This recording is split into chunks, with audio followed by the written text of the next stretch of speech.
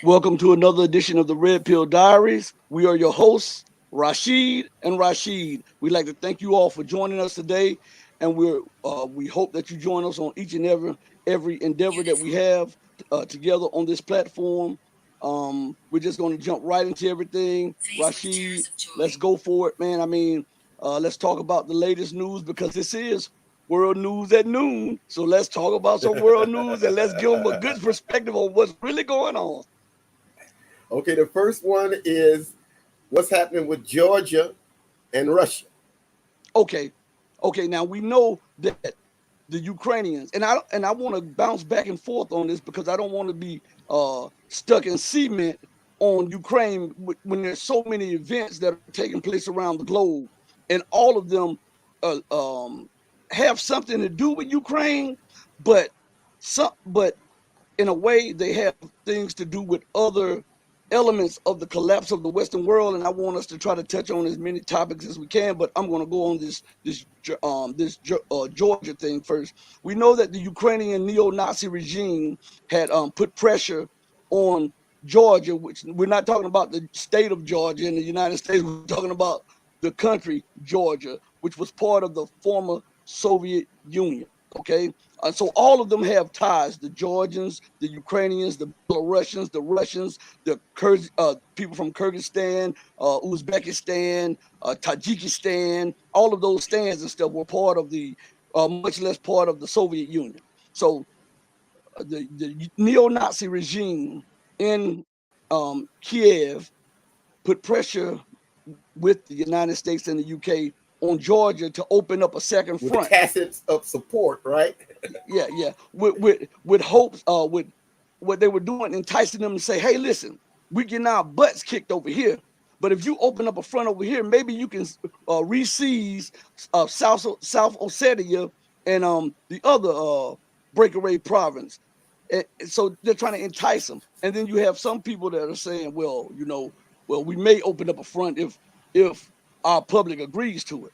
Okay, now here is something. Now let's just look at this.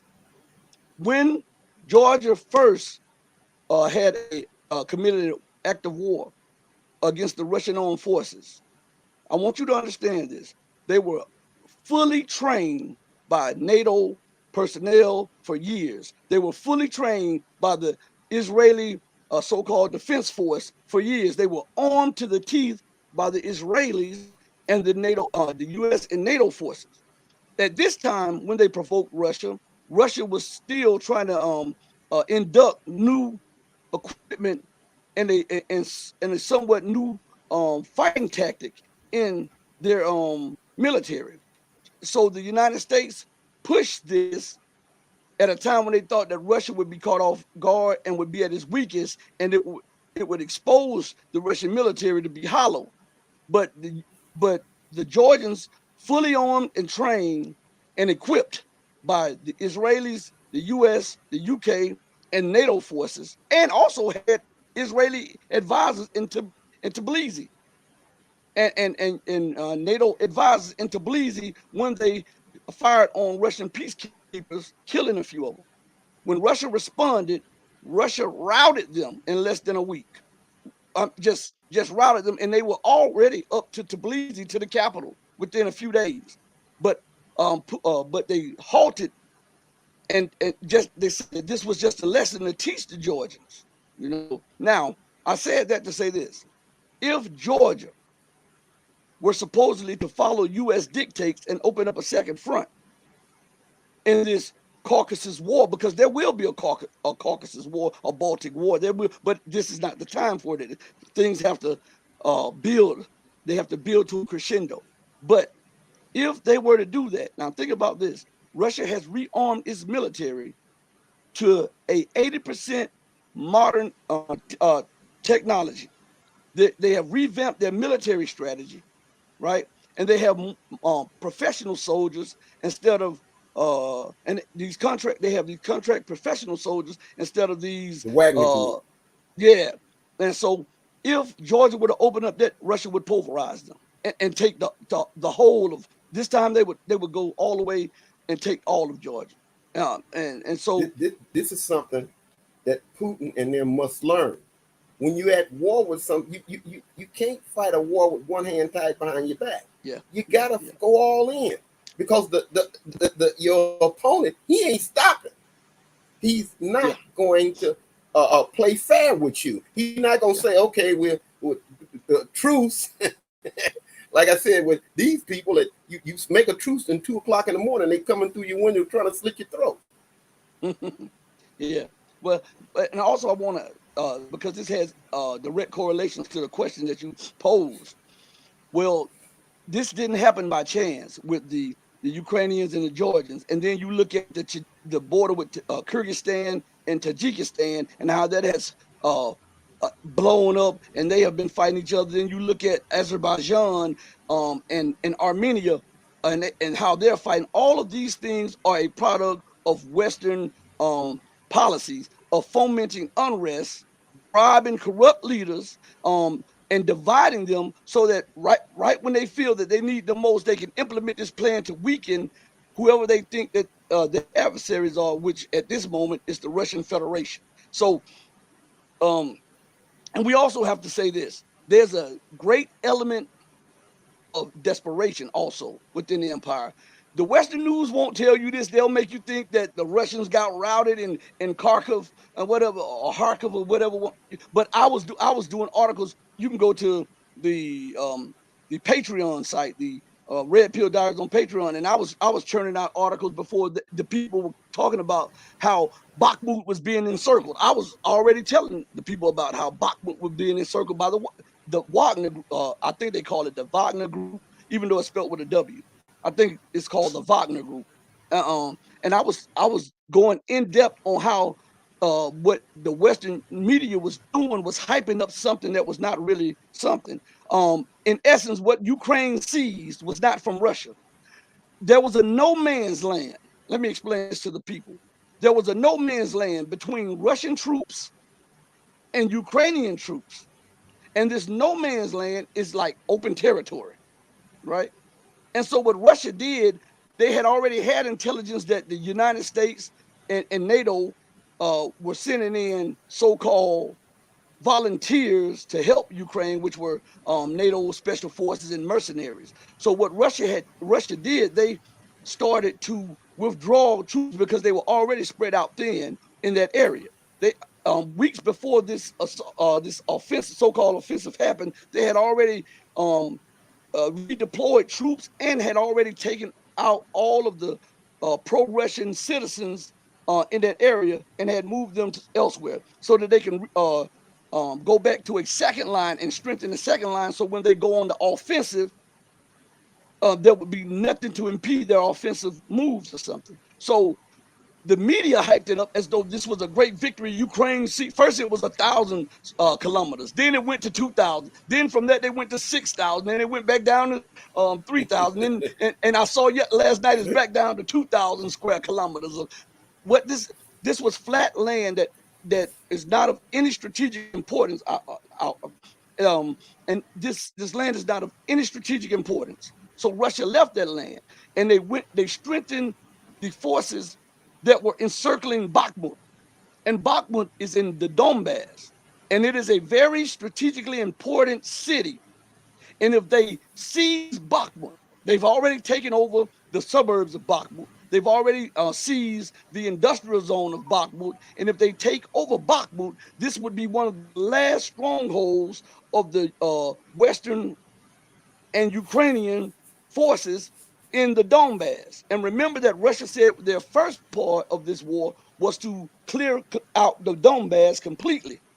So there's a strategic move. Okay, we'll allow them to seize this unuseful territory, and while they're seizing it, we'll just hit them with long-range artillery.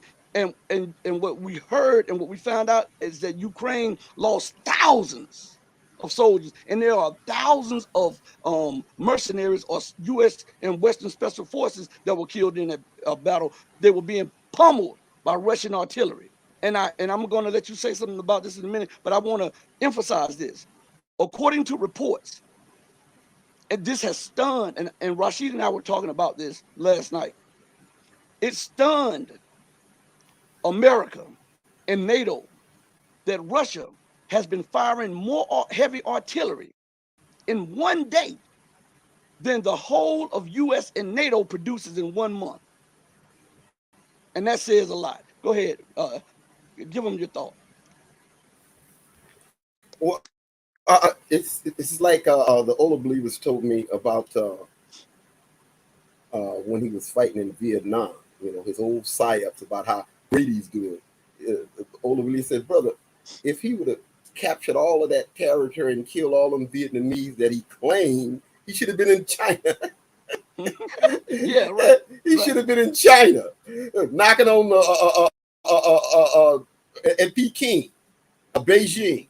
But so he, like you said, the whole thing, he's always sitting up saying he didn't took territory, he done this, he killed all of these people, and then he's a liar. He can't help himself.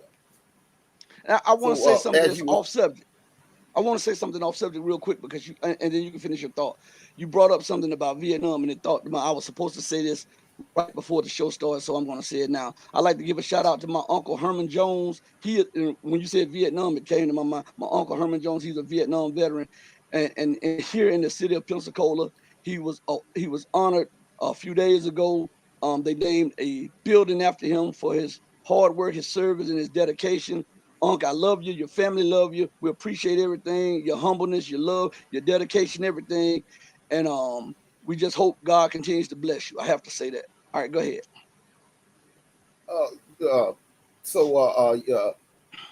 Russia basically annihilated. He set up a scenario to lure him in and kill up a whole bunch of soldiers. Well, we can see that the military of the West or the Ukrainian, they care nothing about human life. So they it's like shipping a bunch of people through a meat grind. Yeah, that's what it is. That's what it is. And what's crazy about it is they're constantly talking about human life and the sanctity of human life, yet they are fighting this war. He don't care nothing about nobody's human life, human rights. He care nothing about. He don't give human rights to anybody but himself. And they're fighting to the very last Ukrainian. But what's crazy is Ukrainians are stupid for going. I was just getting ready to say that. I was just getting ready to say that. So you took the words right out of my mouth. We had the same thought, everything. There's no way that you can convince me to fight my Slavic brother while you benefit and we kill off each other. There's absolutely no way. But see, that's the divide and rule tactic that he uses everywhere. He uses within his own borders, and he uses around the globe, especially. Look at what he's doing. This is a good transition. Look at what he's doing in Asia. Look at what he's doing. Forget about the Caucasus for a minute. Let's look at what he's doing in Asia and how he has those Central Asian nations that we were just talking about, those Stan nations, Kyrgyzstan and Tajikistan and Uzbekistan and Afghanistan, all of these nations, right? The United States and the Western world continue to feed off division, and this is how they want to maintain their rule. And let me tell you, so they tried to sow seeds of dissension and suspicion as the Shanghai Cooperation Organization met, and they're still meeting today. They have I think this is the last day of the meeting or whatever, or tomorrow. The 16th is the last day. Yeah, the day is the 16th. So this is the last day. These are nations that are I would say in the Eastern Bloc, I would say, or leaning toward the Eastern Bloc, and they started with a week when Kazakhstan and things spilled over at the meeting with the president of Kazakhstan. Even after Russia saved Kazakhstan's president from a color revolution, he is still about to receive the British MI6 head in a couple of days. He is still is allowing the United States to conduct biological experiments on Kazakh territory. He is still about to do a training war game with some NATO forces. And Russia is different from me. Since you are landlocked, I'll shut you off. You can't fly through my airspace. I won't let them come through there. Even if the president, what does the United States care about international rules? So They I break it know every day. they break it every day. So I would not allow them to come into those countries. These are former Soviet territories, and you see the pattern of America. She goes in, she bribes, she connives, she steals, she divides, then color revolutions. Then next thing you know, pro-Western governments come in and they forget about the will of the people, and then they set up NATO trenches, NATO bases, and then what was once a pro-Chinese or a pro-Russian nation, it becomes anti-Chinese or anti-Russian and pro-US and pro-Western. There's no way on earth that I would allow U.S. Officials to fly there in these landlocked nations, and I have to say about this, or I have a lot of economic or political clout. I'll cut off the oil pipelines. I'll say if you want to dance to their tune, but you use our oil pipelines, I'll cut them off. But remember, Russia really don't want to fight. Russia doing everything that she can to not go to war with the empire. Yeah. But the empire not gonna stop. And she's gonna be forced. That's right. Russia's gonna be forced. And when Russia gets on her, Russia is gonna lay something on her that she's never seen before. And we're looking at that. Even with the Ukrainian war, if NATO had came in, if it was on the other hand, the war was on the other hand, and NATO was over there fighting Ukraine to get to Russia, the first thing NATO would have did was bomb up all of the electrical plants, the water plants. NATO would have had them people in the dark, and then the carpet bomb. They would have bombed everything, and Russia ain't doing that. Mm-hmm. Ukraine is at war, but they still got lights on. Right. They still got, they can turn on the faucet. That's not how the empire does war. And Russia got to understand, once again, you can't fight a war with one hand tied behind your back. He is fighting a ruthless enemy who wants to destroy the Russian Federation completely. What did they say? Even when Hillary Clinton said that they got too much land, we need to balk and we need to cut them up there. And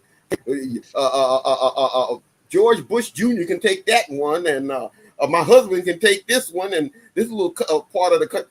That's what his whole operation is to do, is to steal land from other people.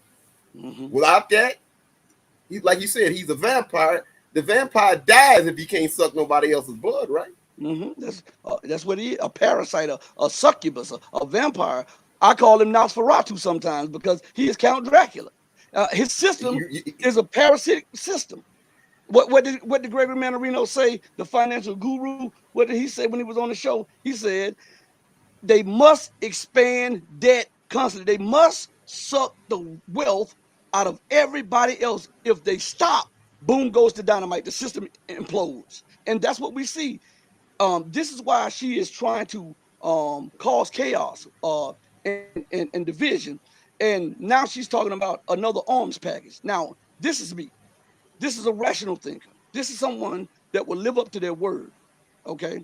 If I tell you that you are overstepping the limits, and if you supply this nation with this, and if they hit me with those, I'm hitting you. You better believe the first time they hit me with them, I'm going to hit. Not only am I going to hit you, I'm going to hit them, and I'm going to hit you triple. So if I suffer a loss, you're going to suffer triple the losses, and the people who use your weapons are going to suffer triple the losses. I won't play those games, because the more you allow America to do this, the more she continues to expand. The more emboldened she gets. Look at what she's doing now. It's just like it's just like, perfect example, Syria, right? Yeah. If Assad don't let the Israelis bomb, then why not bomb? Right. You know, if you ain't gonna do nothing, then why not? I can keep on doing it to you. The same thing. I'm glad you brought that up, because you said something earlier as the show started, which pertains exactly to what you say now, and it's concerning Syria. Well, how is, and you said Russia is fighting a war with one hand tied behind its back.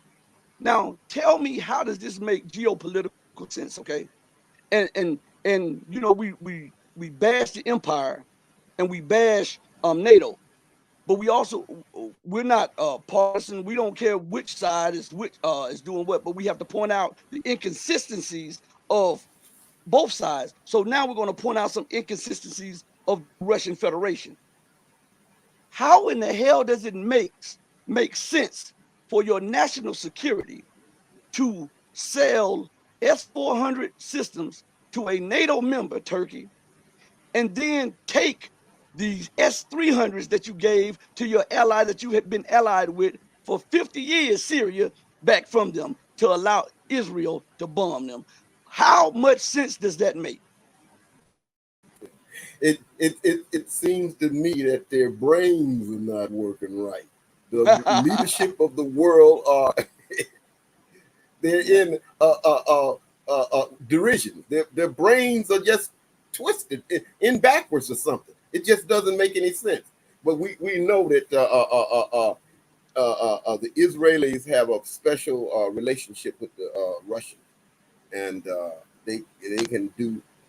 This little country can do anything around the world, and everybody else can't say a word. Oh yes. For the person, yes. In the chat, yes. CC, I'm going to highlight your comment. It should come across there. Rashid, you can take this. Assassination plot. You remember the assassination plot you were talking about? Yeah, they're real desperate. That's what that is. They're real desperate. Putin ain't going nowhere. Just like Fidel Castro, the empire had 600 and something plots against him, but he was still there until the end. And same thing with Putin. Got a job to do, and Putin is going to do his job, and it's not going to stop. He gonna have to come. Him and his leadership gonna have to come to the realization that the empire is after him, and he better buckle on his boots and get ready and hunker down and go and do what he got to do. You cannot play around with the empire, like you said. The empire wants your land. Mm-hmm. Nosferatu or Count Dracula is knocking at the door, and hiding up under the bed ain't gonna stop it. Right? Yeah. So again, the policies of the leadership, be it in the West and in Russia, it's like if you put them on a scale, you're like, what? Why was this? Why did they make this move? Take, for instance, all of the problems that Russia is facing right now is a product of Russia's policies earlier. Had Russia not stopped the uprising in Ukraine, they would have taken Kiev and the rest of the country. But Putin, on guarantees from the West, stopped the Donbass militias from seizing Ukraine. I was talking about that earlier. That what's that? RT Crossfire. I was watching that back in 2015 or 14, one of those, and they were laughing. The guests were laughing. Was talking about they had Poroshenko in there. That the rebels had them surrounded, and in a few weeks they gonna be in Kiev and arrest him. When he was talking about he gonna do all of this stuff, and one of the rebels said we shouldn't. The older rebels commander said we should not have stopped. They're just gonna rearm and come after us. Mm-hmm. And that's what they did. Mm-hmm. See, Russia always wanted to be a part of the EU or Europe, where the people in Europe don't want Russia. Right. They consider the Russians, what do they call Russians? The orcs. Mm-hmm. They call them, listen, they call them snow niggers. That's what they the call orcs are like the fantasy real with the Lord of the Rings or whatever. The bad guys, the twisted looking thing. Russia was conquered by the Mongol Empire, and a lot of for 100 years or so, and they consider these people not true Europeans. Well, you was conquered, and you know, a lot of you look like those people. So they're not consider. They don't. The Western European don't consider Russians European, and so they whole deal for anybody that's not a part of Europe is to dominate and conquer, right? Didn't they come over here and steal these people in America land? They stole Canada, they stole South America, they stole Australia, New Zealand. They dominated most of Africa. Anytime they go to war, they consider other people not as of them. Matter of fact, even when they a couple of news articles, they were saying that what's happening in Ukraine. Oh, they're blonde hair and blue eyes, just like me, right? So the other people around the world, like, well, you don't matter anything. Well, you're not like me, so we can bomb you. You know, I can go over in Syria and Iraq and Iran or Libya, not Iran, excuse me, and kill as many people as I want. As long as they don't look like me, I'm satisfied with it. And the rest of the world should be able to see that. It's plain and simple that they don't consider you humans. Yeah, and it's a rude awakening for Russia, and this is why Russia is slowly awakening to a new reality about gas pipelines and all of this stuff. They could have been done this stuff when China needed it the most. You're right. They could have been done this. And see, listen, and you and I were talking about this years ago about all of this stuff. And so when we look at this, as we said before, a lot of this stuff that is coming on the Russian Federation is a byproduct of failed Russian policy and failed foresight of the Russian Federation. If we look at what's going on in Georgia and talking about opening up another front on Russia's southern border, on Russia's southern flank, had Russia not stopped when Tbilisi committed that act of war against them, they were trying to get favor with the U.S. and with the European Union. Had they not stopped, they could have seized it and stopped all military exercises between NATO and Georgia, because they would have been in control of Georgia. And in Syria, look at Syria. Rashid and I have been saying this for the longest. Before the United States openly entered into the Syrian conflict, both Rashid and I said, well, since all of the trouble is coming from the north, if I was Syria, I would have the Iranians to come in and guard the northern border.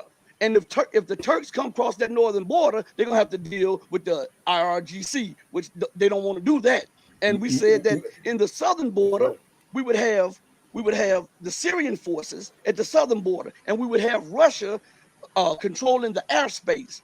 And that way, that would give the Syrian forces a free hand to handle the separatist Kurdish population and any terror groups that the United States pushed in there.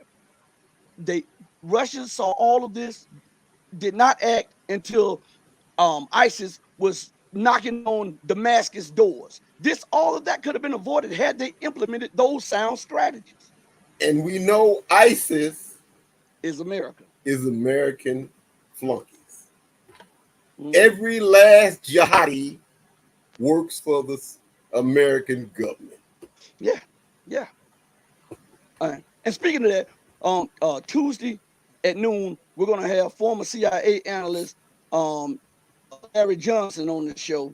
So join us then also. I have to put that plug in also. And we're going to have a lot more guests coming to the show too. I just have to have time to sit down and do it. I'm trying to catch up on a lot of things since being banned. We're trying to catch up on a lot of things because every time we turn around, we get suspended off a platform. We're suspended off Facebook. We get suspended off Blog Talk Radio. We get suspended off YouTube. We get suspended off Twitter. When one of us suspend us, within a 24-hour span, boom, boom, the dominoes like that. So okay, now let's transfer over to the Shanghai Cooperation. What's going on there? Yes. Okay. Now we know today Iran is an official member of the Shanghai Cooperation Organization. For those of you who do not know what the SCO is, or the Shanghai Cooperation Organization, it is a economic and political alliance that was formed under the auspices of Beijing and Moscow, or China and Russia. And the meeting took place when they formed this group, this powerful economic and political group. This group, it took place in Shanghai, in China, and that's when they named it the Shanghai Cooperation Organization. This is the largest grouping of people in the world in any organization. It is the largest economic grouping in the world of any organization. It is the largest political grouping of any organization, and it is the largest military grouping of any organization. It dwarfs NATO in the United States, because China itself has 1.5 billion people. India has 1.4 billion people. That's almost 3 billion right there. Also, everybody want to join. Yeah, everybody. They got countries all over. Everybody want to. We want to get in. Other than NATO, NATO is an exclusive European organization. We just want European people, people that look like us. That's what they said. The blonde-haired, blue-eyed guys. But the Shanghai Cooperation, many countries are lining up to join the SCO. Yes, and we also see that with the Shanghai Cooperation Organization, a lot of you don't understand, because they have your mind on stuff like the Kardashians and foolishness on television. But there's a tectonic shift going on geopolitically in the world. There's a tectonic shift going on economically in the world, and there's a military shift going on. So a few days ago, the United States and the European Union / NATO, because whenever you say the European Union, you got to slash that with NATO, because that's what it is. NATO. They pile pressure up on Turkey, because we don't say Turkey anymore, because they want to be called, the nation to be called Turkey now, so we say Turkey. Turkey, they put pressure on Turkey's leadership, Tayyip Erdogan, the president of Turkey, and they warned him not to go to the Shanghai Cooperation Organization gathering, even as an observer nation, because they said that this would be bad optics for the West when Russia is actually in conflict between. Yeah. How can you see that Erdogan, he want to play both ends against the middle? He want to be in NATO and he want to be over here with the other guys too. Yeah, but listen, economically, I want to tell you something. The people of Turkey, there was a poll taken, I think it was at the end of last year, or maybe the first part of this year. There was a poll taken in Turkey, and the majority of the people want Turkey out of NATO. It is those bulwarks, those people who receive those pensions and those checks, those politicians and former politicians who really are keeping Turkey in NATO. Now, I said that to say this.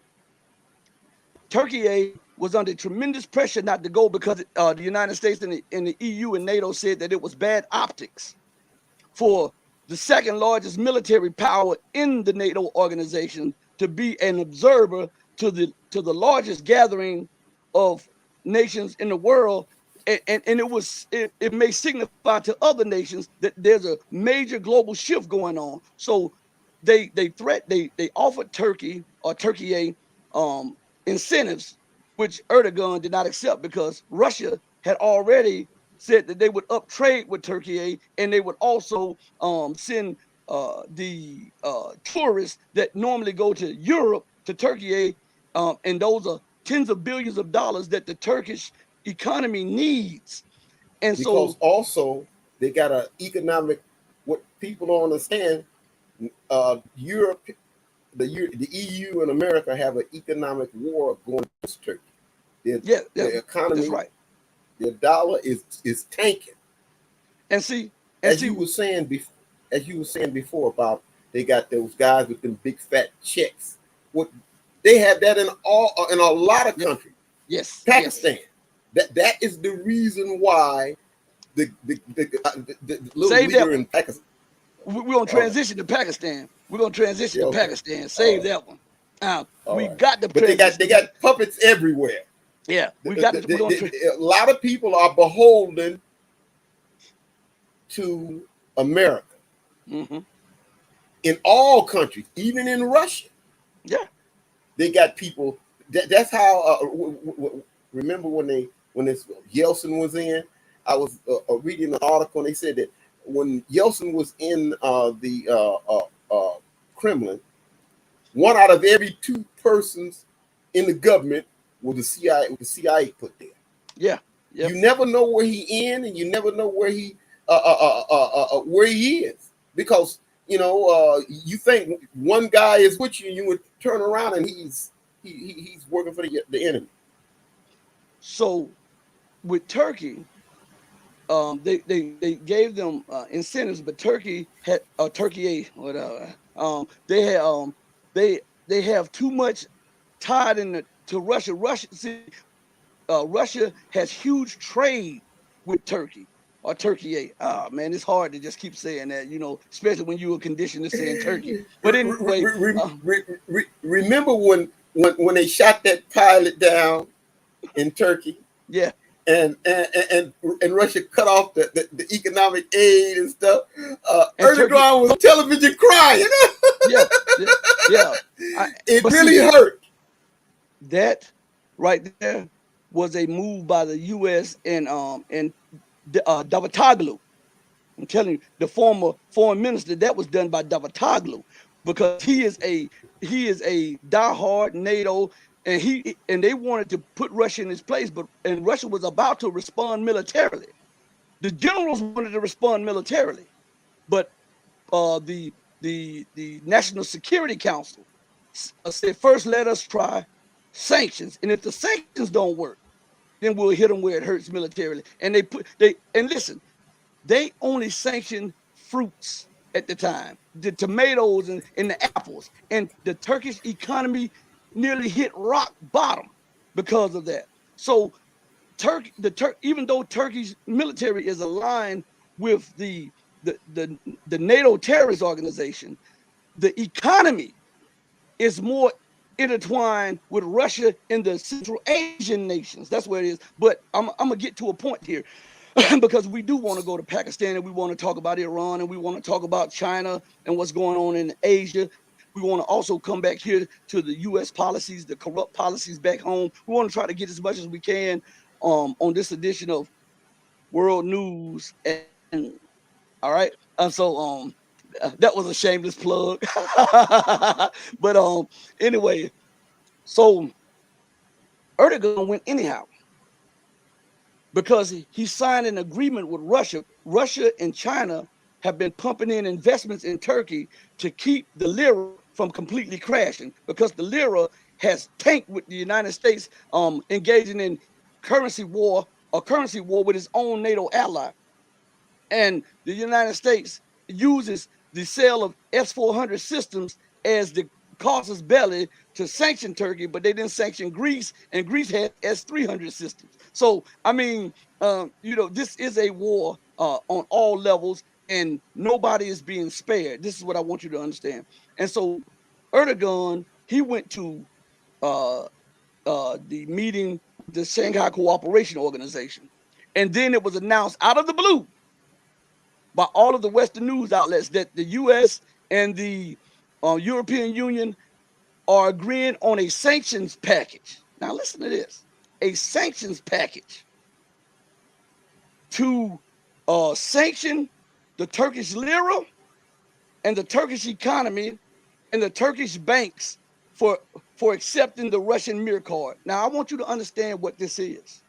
This is extraterritorial laws. I want you to understand what the United States is trying to do with the sanctions of trying to tell the Turkish people what to do with their banking system and how to invest and who to invest with. They are trying to impose U.S. laws on Turkish.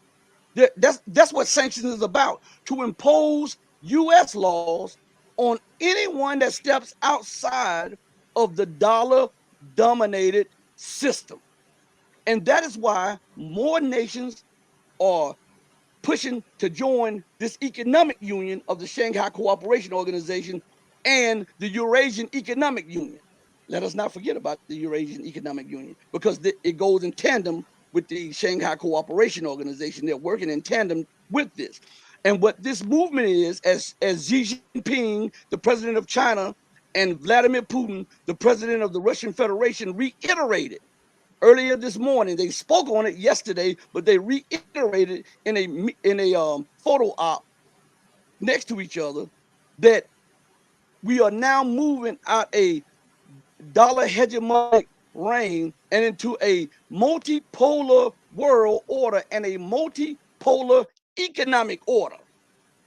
And they said that they have agreed that Russia and China will work together as global powers to push back any hegemonic plans or any color revolutions in the prospective nations of the Shanghai Cooperation Organization. That is major. Because right after they issued that statement, here's something. The Russian and the Chinese navies deployed together in the Pacific Ocean, and they are on a naval grouping together. That's major. They are patrolling the Pacific waterways together. Go ahead. I know you wanted to say something. Is that the leadership of America is not as smart as the previous leadership. Remember, right. Henry Kissinger and Richard Nixon worked hard to separate China and Russia. The leadership today is working hard to push them together. Mm-hmm. Russia's military power and China's economic power, that's unstoppable. What he's doing is he's setting the stage for his collapse. Right. Trying to make everything. The Russian military, contrary to what everybody is saying on the Western media, is the strongest military out there. Yeah. They got the S-400 that scares this. What's that F-35? And they don't want it nowhere near the S-400. Now Russia got the S-500. They ain't deployed any of those things over there. You crazy. He like you said, he's a man that's slipping, a drowning man, and he's grabbing at everything he can to try to stay on float. He wants to stay on top of the world. And what happened? He's going down. I was talking to and I won't reveal who it was, but I was talking to someone that has dealt with intel on the S-400 and the S-500, and they were telling me that Russia's anti-air defense systems are by far and above better than any air defense systems in the world. They say that these things are at least 10 to 15 years ahead of any Western analog, period.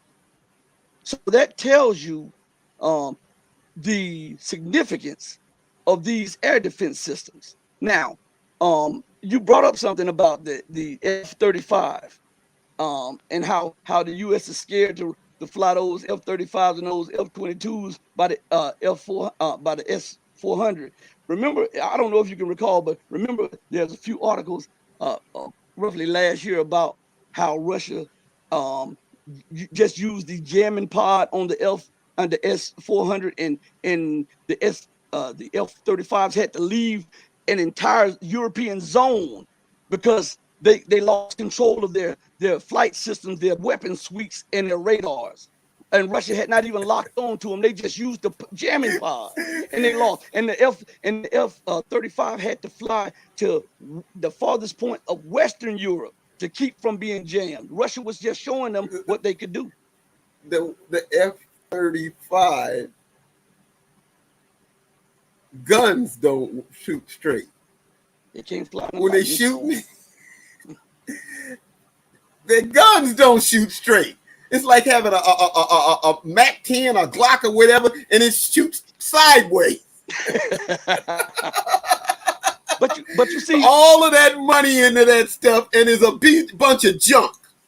Yeah, yeah. And that's why, listen, and this is why they say they must spend more. And common sense, as I said on our last program, common sense tells you this is not a time, especially when there's an explosion of homelessness, hunger, and a great wealth divide at home. This is not the time to double up and spend more money on failing systems. And what about the Zumwalt? Remember the Zumwalt warship, supposed to be the warship of the future, and the United States spent what, $5 billion on it, and they took it. They took it for testing and it broke down, and it had to be towed from Panama back to the United States. Spent $5 billion. Typical American military complex. If to solve a problem, just throw more money at it. Yeah, instead of targeted spending. And listen, the United States always says this, and I have to make this point because it seems like not the average person can't grasp this or can't understand this. Okay, the United States, to siphon off money from the people, to siphon off money from the taxpayers. The U.S. constantly creates threats, right? She constantly makes a threat. No, she can never be safe. It's always a threat here and always a threat there. Okay, so she has to have more and more money, more and more money, more and more money. But she doesn't understand. There's an old saying that charity starts at home, then it spreads abroad.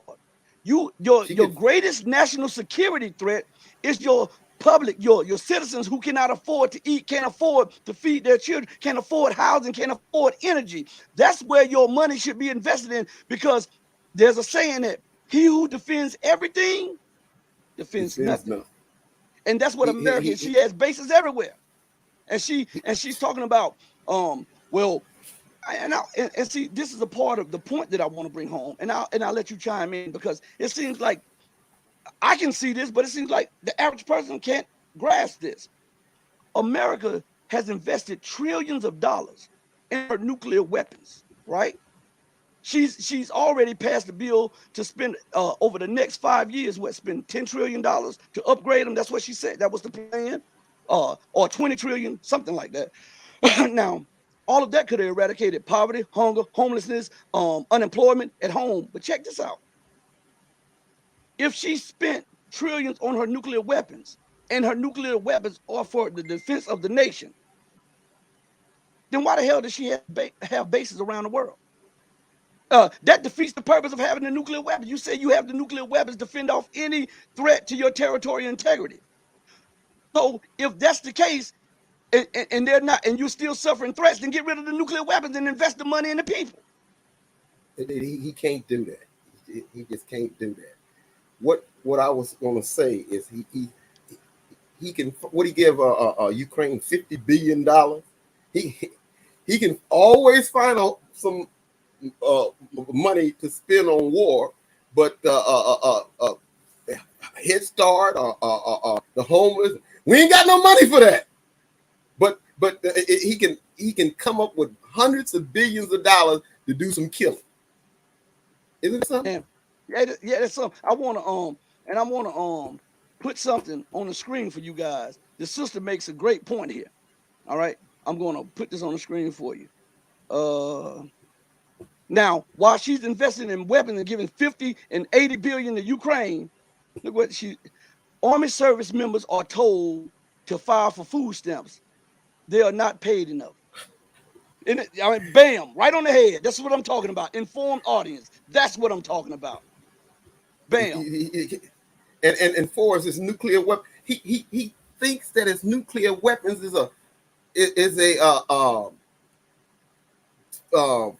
to solve all problems, right?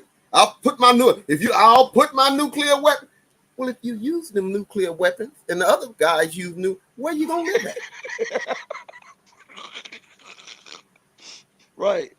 Right. It doesn't make sense.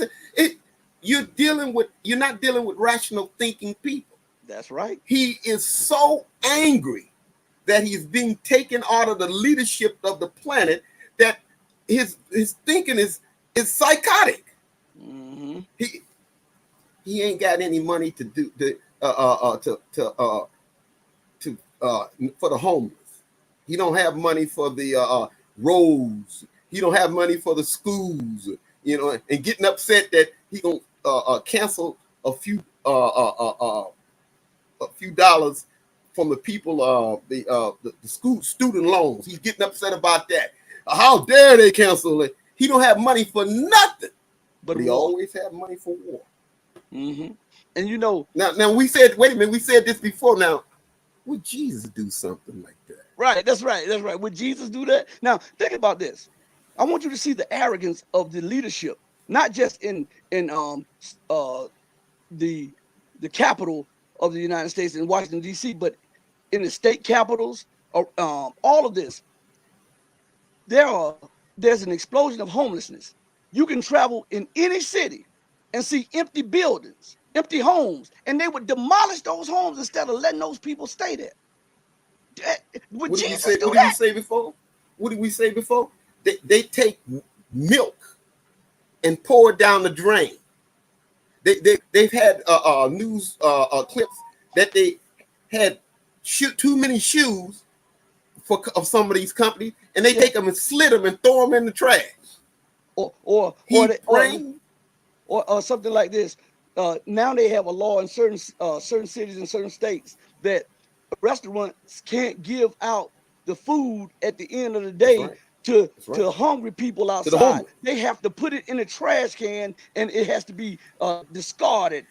Which, I mean, this is capitalism. This is capitalism. Once again, brother, would Jesus do something like that? Yeah, I mean, they always hollering about Jesus this, Jesus that. I'm a Christian, and none of their actions is what Jesus did. Jesus said, "Help the poor." What did they say about the poor? The hell with the poor, right? I got to get my wealth, and it's never enough for them. They can have $1 billion. They want 20 billion. They have preachers sitting around here with billion. They have a preacher sitting around here with 16 Rolls Royces. Yeah. Didn't Jesus say, "Give away all of your money and let's go help the poor"? Now, would Jesus do what he's talking about? And this is what I'm talking about: the insane politics of these people. You always can find money for war. You can now again. Look at this. America goes over. Joe Biden, Trump, Obama, all of them do the same thing. It doesn't matter which one. It's a continuation of the of policy. Regardless, the policy is not interrupted. It's a continuity of policy. They sign these bills that go into effect. They can go over there and bribe countries. Oh, hey, we'll build you some buildings. We'll build you some infrastructure here. We'll give you this money over here. And then at home, millions upon millions are at threat of losing their apartments, losing their homes, losing their livelihoods. No aid comes to them. And when the people rise up, as I said on one show, when the people start getting angry, then they'll give you a bailout check for $300 or $500. Listen, this is the mass. The robbery that they do. They strong arm the taxpayers. So what they do to keep the taxpayers from going to Washington and hanging them, they'll give them a meager check of $500 or $700. Let me finish what that was. Let me finish, because I have to say this, because this is on my heart. This is heavy. They will give you a $500 or $700 check, and they'll give it to the people, and it'll amount to roughly like $50 to $100 billion. Now, when they give you that check, they've already allotted $800 billion or $1 trillion in backstop money for the corrupt businessmen and the companies that put the economy in peril of collapse, right? But they give you they never go after them now. Yeah, they never go after them. They never tell them they have to pay it back, but they give you a dime over what they're supposed to give you. Then they compound interest. You got to pay it back. Yeah. You're losing. The reason why the government is in bad shape is because a couple of people got to pay help, right? But the guy that over here that's got $1 trillion worth of weapons, he don't have to pay nothing back. Right. And what's amazing didn't that about bail out Wall Street up under Obama? What was that called? Multiple times. They bailed Wall Street out multiple times. I'm saying a group of people got together. I'm blank in my mind where attack Wall Street. They had this growing deal around the country to make Wall Street accountable. And then Obama came in and shut them down. What was it called? You remember what it was? I know exactly what you're talking about. I know exactly what you're talking about. I just can't bring it up. But anyway, Obama is the one that jumped up and shut them down. How dare you? They wanted the rich people to start paying their fair share. They had little tents and stuff. They got rid of them people real fast. Yeah, I'm going to bring up something about Obama in just a second, but I want to stay on this point. I want to get to this point here about the people now. They give you crumbs off the table and they expect you to jump and be happy for it. And then they bail out these billionaires and these corporations that put the country in a precarious situation economically. Now, there's no accountability for them. They don't go to prison for stealing. They don't go to prison. And then you have liberal and conservative people alike. They blame, like, if you are on some kind of government aid, which is a small portion, a very tiny, minuscule bit of government funding. You get that. And they make you feel as though you are the lowest of the low. And yet, what do they call them? Every year, corporations get billions and billions and billions of dollars. I mean, upwards of trillions of dollars in what they call corporate aid, which is a form of federal welfare. Welfare. That's they what call it is. them takers. Yeah. People that they got to help. They call you're non-productive. You are taken from the society. Yeah. And who right? took? Let's look at Trump. How much he took from? How many times did he go bankrupt? A whole bunch of times. And they never seized any of his assets. Matter of fact, Trump borrowed money, right, and filed bankruptcy on the people that he borrowed, and then sued them, and they ain't pay a dime back. Right. But let you go and do it. But that's called being productive. Now, the people who are suffering and trying to make it every day and need help, that's called being unproductive. Now, you make that make sense. Now, I want to go to Obama for a second because I'm hoping that you're listening and listen good, because this man has tricked the black populace so much. 1 second. Which is amazing to me, that Black America is still in love with this man, when he implemented some of the most detrimental policies to Black America. I'm not, listen, I don't take sides. I'm a political atheist. That's what I am. I don't care what happened in the political system of America.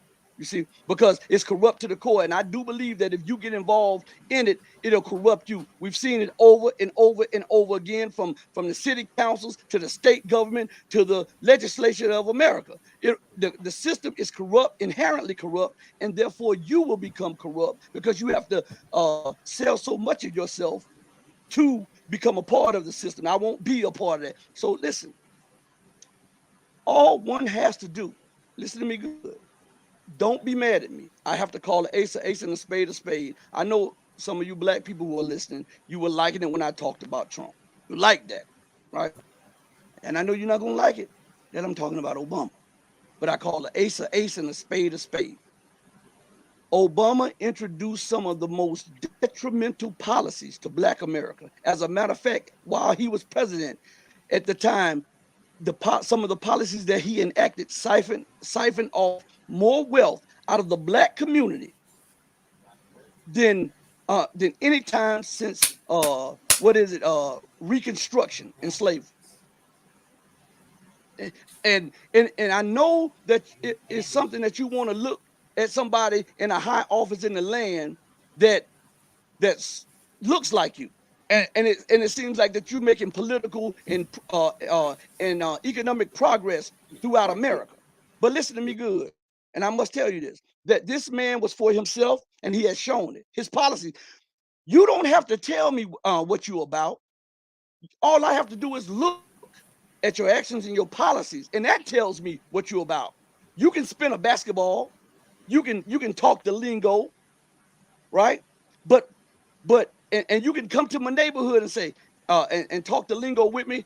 But when I see the policies that you enact, that shows me where your heart is, where your mind is, and how much you consider me, and how less you consider me. And I'm telling you, go back over his presidency, please, and go look at the policies that he enacted. And they were some of the most detrimental policies to Black America. And the powers that be put him in there to enact those policies. This didn't happen by chance. I want to say this, Brother Rashid. I'm gonna let you chime in just a second, but I gotta say this. I want you to think about this, because most people don't put this to mind and lay this to heart. When in the history of America, black, brown, red, white, green, purple, yellow, polka dot, or orange, has a person come out of nowhere, being a community activist, and out of nowhere becomes a senator, and before completing his first full term as a senator, become the president, or two-time president? This man is so compromised that it's unbelievable. There's no way he could have achieved that on his own. There had to be powers behind him, pushing him there, so that they can enact policies that would be detrimental to your community. This is real. This man, but he talked the lingo. Him and Michelle talked the lingo, and they can deceive you on this. I don't go by those games. I look at what you've done. I look at what you're doing and how you have treated me and how you have treated the community. And you have shown me contempt. You have shown constantly, time and again, through your political angling and finessing and your articulate speak, you were able to mesmerize the masses of a section of the population, but it was to their detriment. Now you can chime in. I had to say what I had to say. I couldn't let that go. I can't just chime on Trump and talk about the ill things that the wicked things he did without chiming in on Obama, because he was a hindrance and a detriment to black progression in America.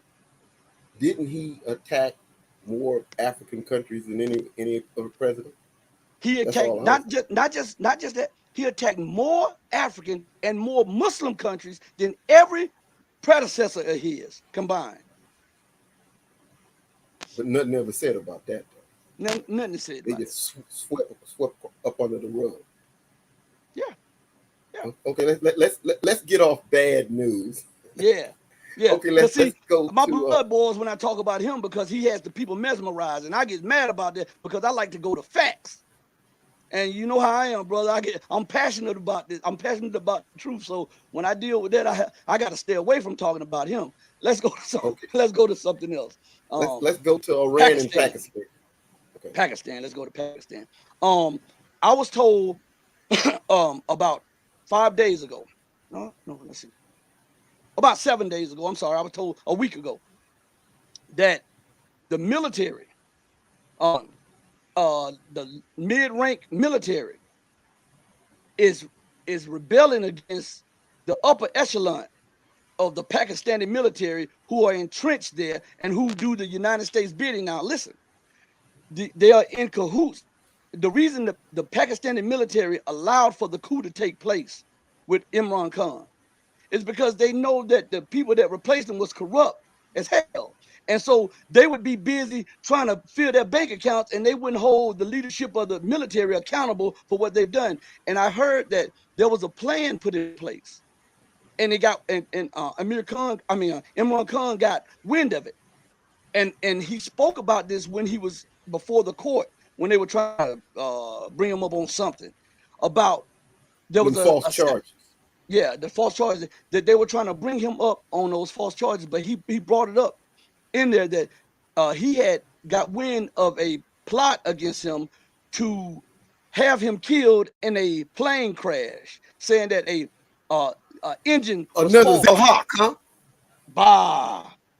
Another Zil-Haq, huh?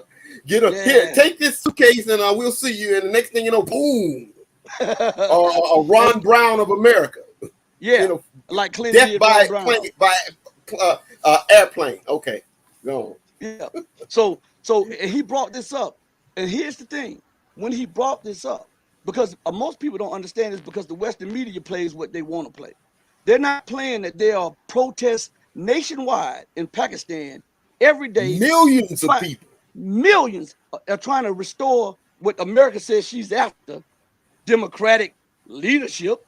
They're trying to restore the democratically elected prime minister or president of Pakistan, which is Imran Khan, who was ousted in a US and UK covert operation, which led to a coup and a overthrow of the most popular politician in Pakistan in the last 40, 50 years. See, America gets him. You know why? You know why they threw it? Because he wanted to. He did not want to accept the terms and conditions of the IMF loans. He didn't want to beg the Western world. He wanted to give China, Russia, and the Eastern Bloc a chance to come in and invest in the untapped resources in Baluchistan, in the region in Pakistan, and he wanted to have them offset some of the debt with loans for resource investment and stuff like that. And that means that the entrenched political class wouldn't get their cut off the top. That means the military leadership who were trained by the U.S. wouldn't get their cut off of it. And so they overthrew him. Wouldn't have their bank account in London, because all of them got a bank account in London with a whole bunch of money. And how in the world can you work for your people when you got homes and villas? Even with this guy, this Zelensky, he got homes in Miami. Yeah, billions of dollars. Homes. Yeah, yeah. But he's supposed to be for his people. It's a joke. and the corrupt politicians in Pakistan. I read an article. They said the smart ones are leaving. The smart puppets are leaving. The cats that's not too smart, they gonna hang on to the end. Khan got the streets. If you have the streets, you have the people. Like I was telling a friend of mine the other day, that they had an election where this so-called president stronghold in the country, and Khan's people won everything. It's 50. You listen to this mainstream. 50% of the people want Khan, and 50%. No, Khan got maybe 80 or 90% of the country, yes. And very few people want this paid off. I was thinking about sitting. Xi Jinping was talking about color revolutions, and we need to stop coups and stuff. And here this little puppet of Pakistan sitting right next to him. Yeah, isn't that a joke? Hey, man, listen. There's so much going on in this world, and let's look at this. We look at and we do a roundabout to Russia again. Most people don't know this, but Dmitry Medvedev, the former prime minister and former president. Oh, you mean the Hulk? You mean the Hulk? The newly branded Hulk. Yeah, he's a Hulk now. Dmitry Medvedev, the former prime minister, the former president, and now the co-chair of the Russian Federation's National Security Council. Most people don't know that his son, Ilya Medvedev, lived in America up until they revoked his visa in June. I mean, how can you be, man, bro, I'm telling you, how can you be pro this and your son is living in a nation that hates you? Man, stop this. Just stop it. What's happening now? The Russians see what the West really think of them. What did they all of the oligarchs, they seized all of their assets and stuff. You got land in there, we're taking that back. You got money, we're taking that back. They took everything. But this is democracy, right? Yeah. We can go steal some, like we said it. Jesse, what's his name? Jesse James. I mean, not the famous bank robber, ain't got nothing on America. Man, what you talking about? John Dillinger and them going with stick up a gun and rob you. These guys go and steal nations, whole money. I done just ripped off this nation, and I done stole 50 million people, and they're gonna be working for me for the next 100 years. What you gonna pay? I'm gonna pay them peanuts. That's a thief. Yeah, yeah. And speaking of that, I want to read an article. Hold on a minute, bro. Hold on a minute. Okay. I want to read an article to the audience. This is from Sputnik International News. All right. This is concerning what I was just talking about to you all about tectonic shifts going on. Right. It's amazing because I use those words. Right.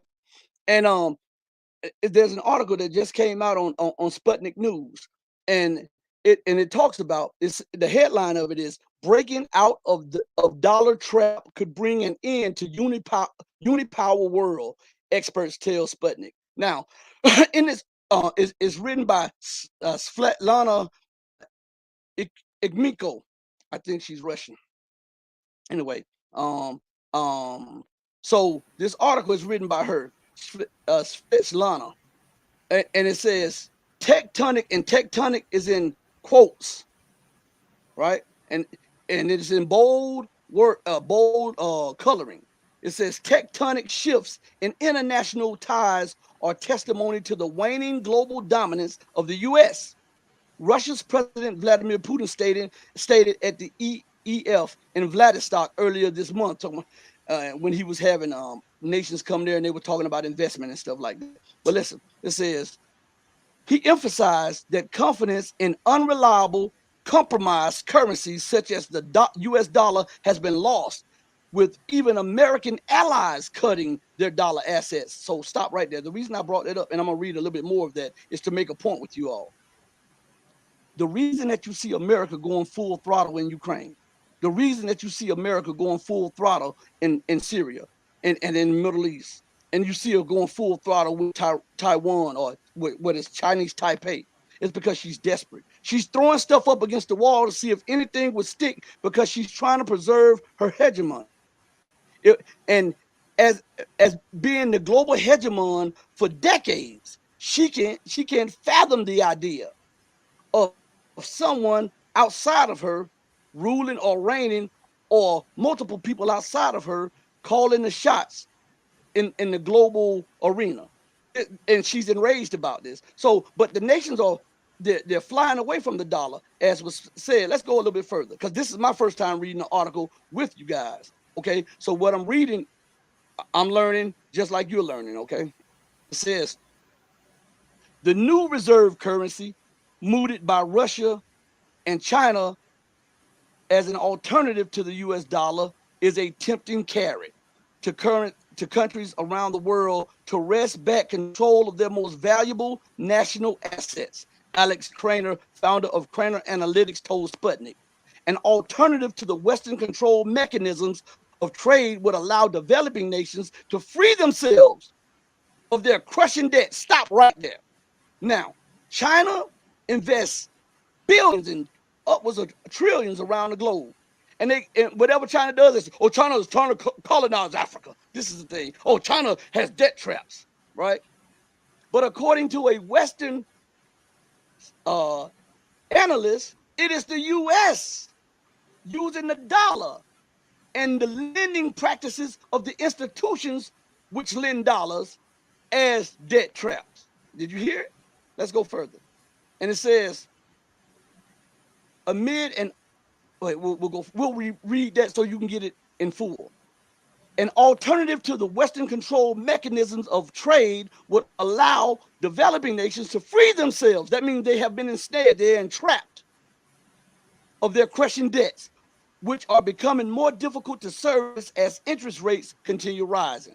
Triggered by soaring inflation, the creator of iSystem Trending Following underscored. Stop right there. Remember, on a previous program, I informed you that the way America is able to live carefree and the way she's able to manipulate governments and overthrow governments, one of her main strong points is her manipulating the dollar.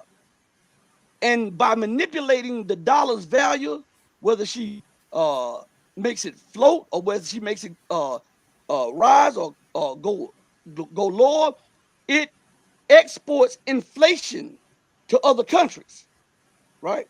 And sometimes it's targeted inflation to other countries. And the people rise up in the other countries, and then she jets in there with her color revolution crew, and then they overthrow the government. And so nations are becoming more hip to this. And so now they are trying to jet out of the dollar trap. So go further and says this. Amid an already streaking US dollar dominance, Russia announced in June that it was poised to develop a new global reserve currency alongside China and other BRIC nations, Brazil, Russia, India, China, and South Africa. The matter of creating the international reserve currency based on the basket of currencies of our countries is under review. We are ready to openly work with all fair partners, Russian President Vladimir Putin told the BRICS Business Forum. There are two highly significant aspects to the plan being molded by Russia and China, Alex Krainer underscored. The two countries have signaled that the system to be used for settling foreign trade and backed by participating nations, commodities, firstly, would not penalize participating nations if they default on their debt obligations to Western institutions. And secondly, they would penalize them if they nationalize their resources and industry. Stop right there. You know what that is? Those are incentives. Incentives to default on Western-made debt. Those are incentives to move out of the dollar euro-based system into the Eastern Bloc economic system for more where fairer, everybody would be equals. That's what nobody that can come in and just say you come in and say we're gonna take your money away from you or sanction you here or sanction you there. That's everybody have to see that this is the correct way to go, unless you are a paid off puppet who don't want to get out of that American dollar. Mm-hmm. Didn't the other they seized Venezuela's gold in London? They did what it in the U.S. was too, Venezuela's gold doing in London in the first place? Venezuelan gold should have been in Venezuela. Right? That's right. So, I mean, the system is imploding upon itself. I want to read something else. This is another. I didn't finish that other article on purpose. I wanted to read part of it, and I wanted to go into another article that caught my attention. And this is also on Sputnik News. And they're quoting Vladimir Putin. It's and the title of the article is "West has cultivated idea of Russia's collapse for decades, but won't live to see it transpire." Russia. This is from Putin, and this is what he says. Diplomatic relations between Russia and the West deteriorated to a post-Cold War low point after the start of the Ukrainian crisis in 2014 and have hinged on the brink of collapse since Moscow began a military special operation in Ukraine in February 2022. The collective West has dreamt about and worked toward the collapse of Russia for many, many years, but would never live to see such a thing transpire. President Vladimir Putin has said. Now, stop right there. What is he saying? You talk. Tell me, what is he trying to convey to the Western world? That Russia. He ain't going nowhere. That's what that is. And what else? Because he's saying they won't live to see Russia's collapse. What is he saying to them? If you do it, then we're going to eliminate you. That's exactly what he's saying. So if Russia, before Russia collapsed, we'll push the button and destroy everybody. What did Vladimir Putin say? What about 2 years ago? He said, if there's no Russia, then I don't see any. I don't see a world that should be lived in. Nobody else. Like I said, the white world feels that nuclear bombs is the solution for everything. I'll nuke you. Once you get finished with the nuking, where is you gonna live at? It's insanity for these people to think like that. Yeah. If I can't rule, then I'll kill everybody. I'll kill everybody. What he's saying. Yeah, and that's the mind frame, because think about it. When they couldn't get their way in Syria, it was scorched earth policy. When they couldn't bribe Muammar Gaddafi, it was scorched earth policy. They went there and killed him, raped him and killed him. Yeah. Look at what And France did, Obama was behind that, remember? right? For black people who are listening, that's on Obama. That's on Libya Obama. was the most prosperous nation Nation, in Africa. not just in Africa. Libya was the most prosperous nation on the Mediterranean, and European countries are on the Mediterranean. Your electricity was paid. You could go to Water, school free. Oh, water, free water. What is it? You could choose to go to the universities in Libya, or you can go to live abroad, and the Libyan government will pay your stipend and your housing and your tuition. If you got married, when you got married, the Libyan government bought you a house, and they gave you $50,000 to start your life with your spouse. That's what a tyrant does, they say. yeah, that's what tyrants do. But over here in the good old free America, everybody walking around that got homeless tents and people walking around with shopping carts and stuff under this good old democracy of America. And what else? All of the oil and gas revenues that Libya sold, every citizen got a portion of the sales. It Every went to Libyan the citizen. people. In America, a couple of his cronies, all of the oil will come to me, and I live like a king, while everybody else got pennies. Hey, like in that movie. But Like, I'm the king. I'm the king.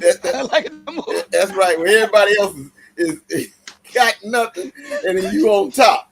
But that's the free world now. That's the free world. Free to steal everything and rip.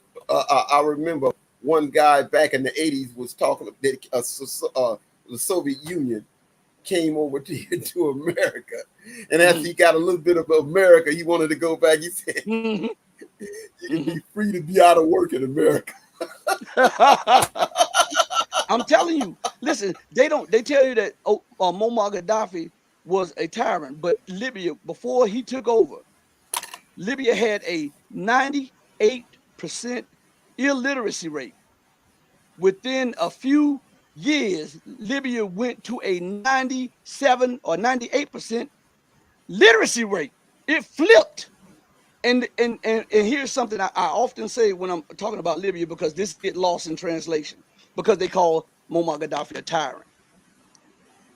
Prior to NATO's bombing, I believe it was a week or 2 weeks leading up to the bombing, the United Nations was scheduled to give a banquet and an award to Libya and Muammar Gaddafi for the transformation of that nation from the poorest nation in Africa and the poorest nation in the world to one of the shining lights in Africa and the world. He was supposed to receive a award from the United Nations. The U.S., Britain, and France put a stop to it because they didn't want him getting any positive feedback or positive publications, because it may ruin their plans to overthrow him and siphon off the gas and the oil.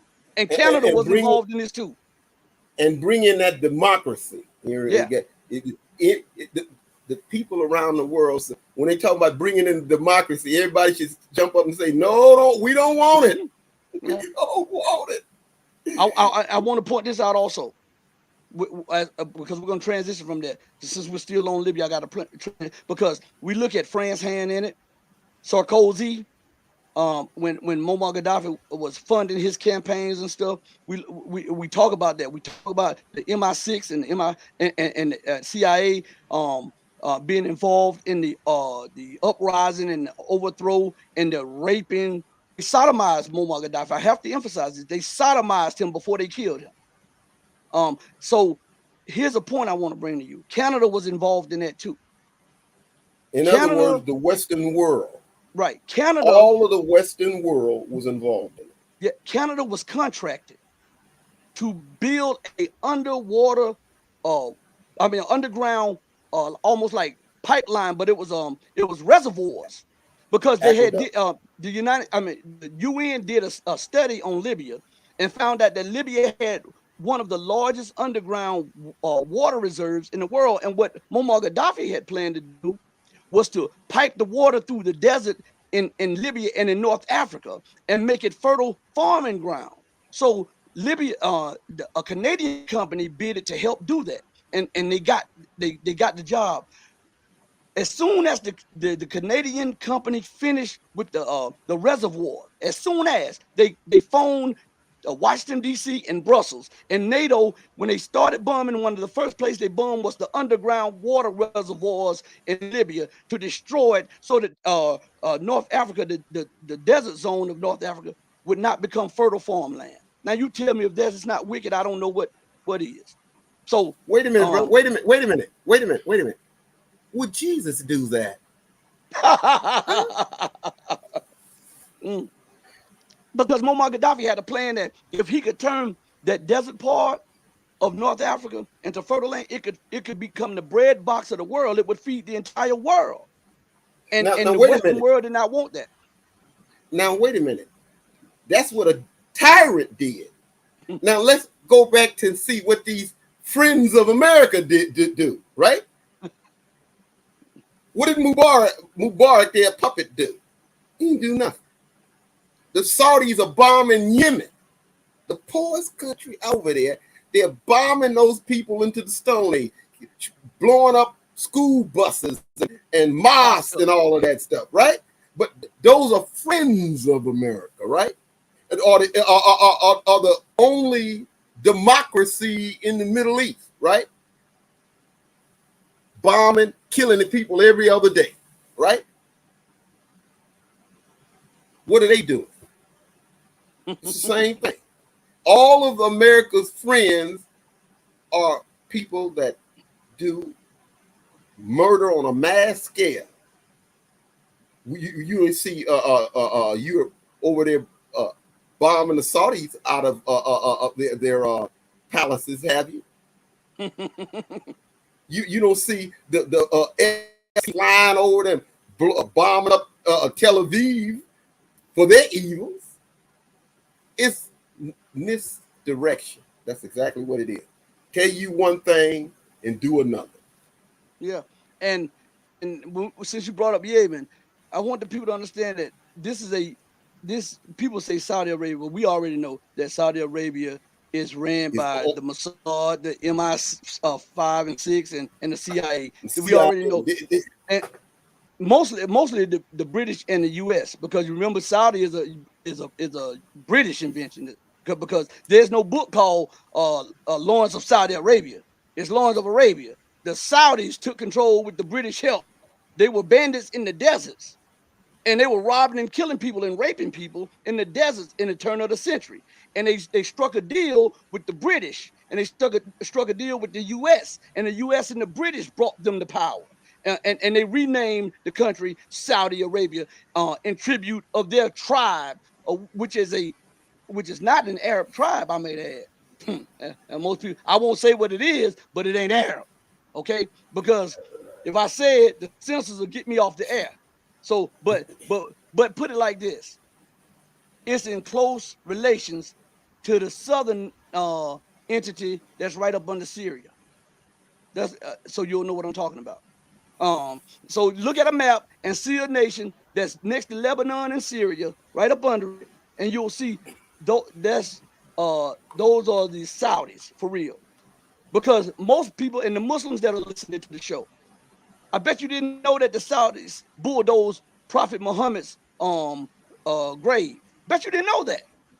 I bet you didn't know that they are preparing to bulldoze the grave of Abraham. Bet you didn't know that, to make a shopping mall. Huh? But that's neither here nor there. But I want to go back to Yemen for a minute. So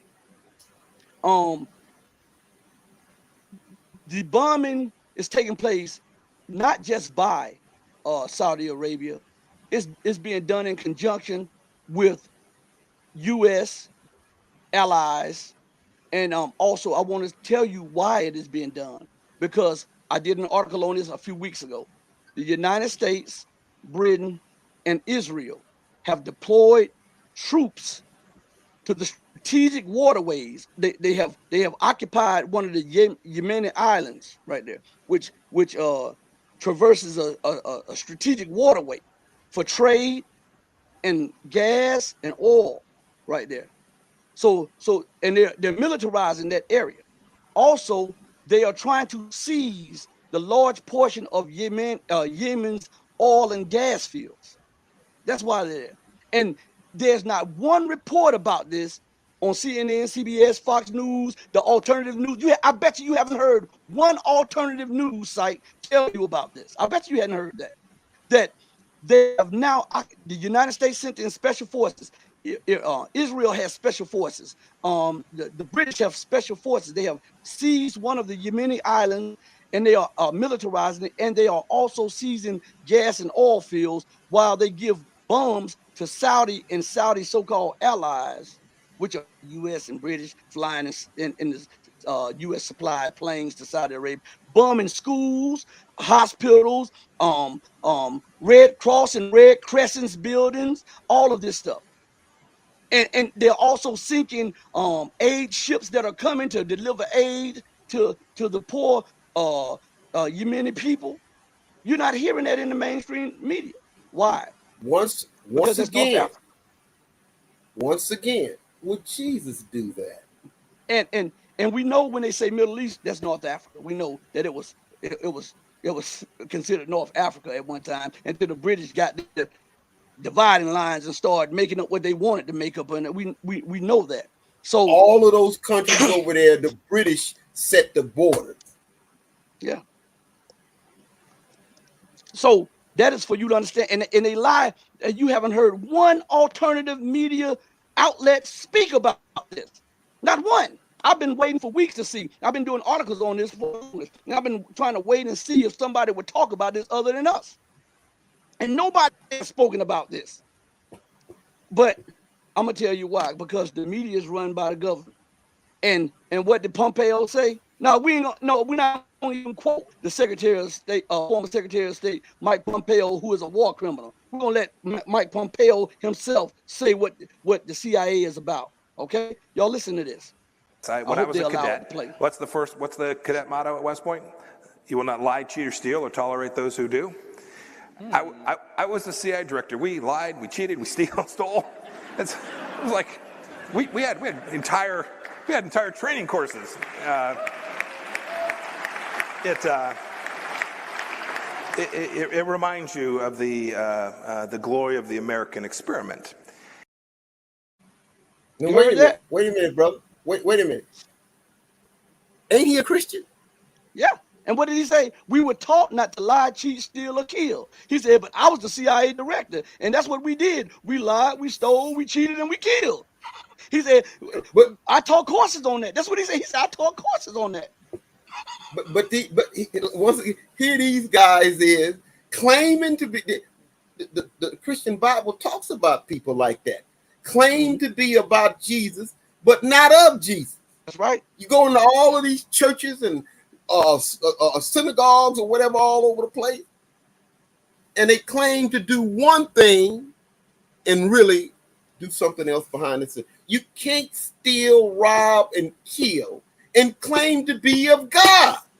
What did Jesus say? Or the God of righteousness, that is. Hey, what did Jesus say? Get behind me. But he said, yeah, they are not of me. They are not of me. That's right. And that's the truth. These people just claim, see, because it's the convenient thing to do.